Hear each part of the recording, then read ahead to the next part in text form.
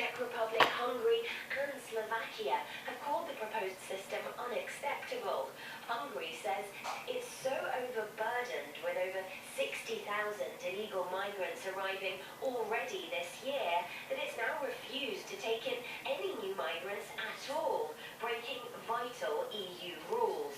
The EU's executive body wants an explanation. The migrant crisis is testing the 28-member bloc's resolve and unity to its very limits.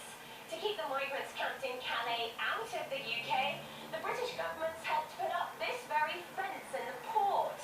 Meanwhile, France has been stopping suspected illegal migrants along their normally open border with Italy. Hungary's building a wall a bit like this one along its frontier with Serbia. And in response to Hungary's refusal to take any more asylum seekers at all, Austria says it's considering reinstating checks on its border with Hungary.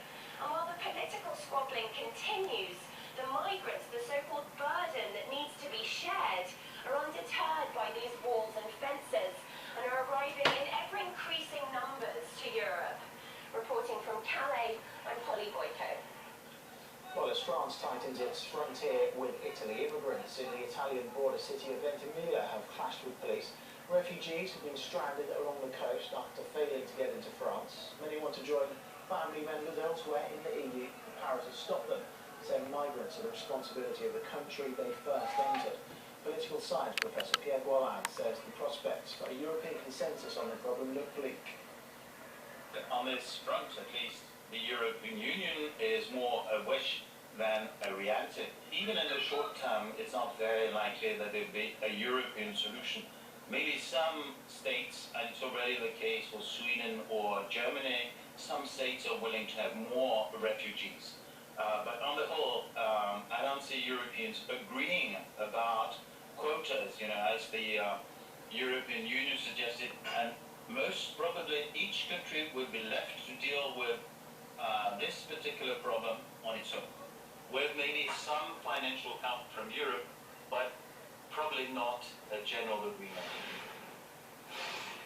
French cabbies angry at the taxi app Uber have blocked roads leading to airports around Paris and the city's busy ring road. The blockade led to clashes with police.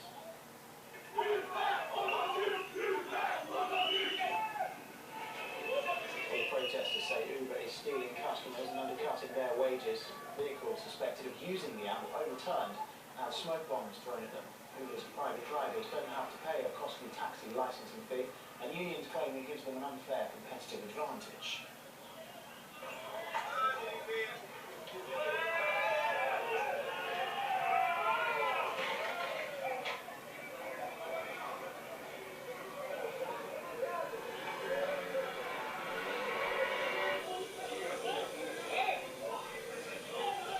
The drama in Paris has had a ripple effect on social media. Some were on the side of the protesters, saying regulation of the taxi industry is vital to safety. Others saw the demons as a hypocritical attempt to crush healthy competition. There's even been a celebrity showing. Courtney Love apparently got sucked into the protest vortex. She took to Twitter to express anger over police inaction, saying she felt safer in Baghdad before describing a Hollywood-style getaway from the angry mob. Still ahead, millions of US taxpayers' dollars are lost as a government watchdog reveals Washington has sponsored schools in Afghanistan which may not even exist. And on strained nerves, Greece and its creditors stage last-ditch efforts to clinch a deal as Athens threatens to swing its axe over its military budget.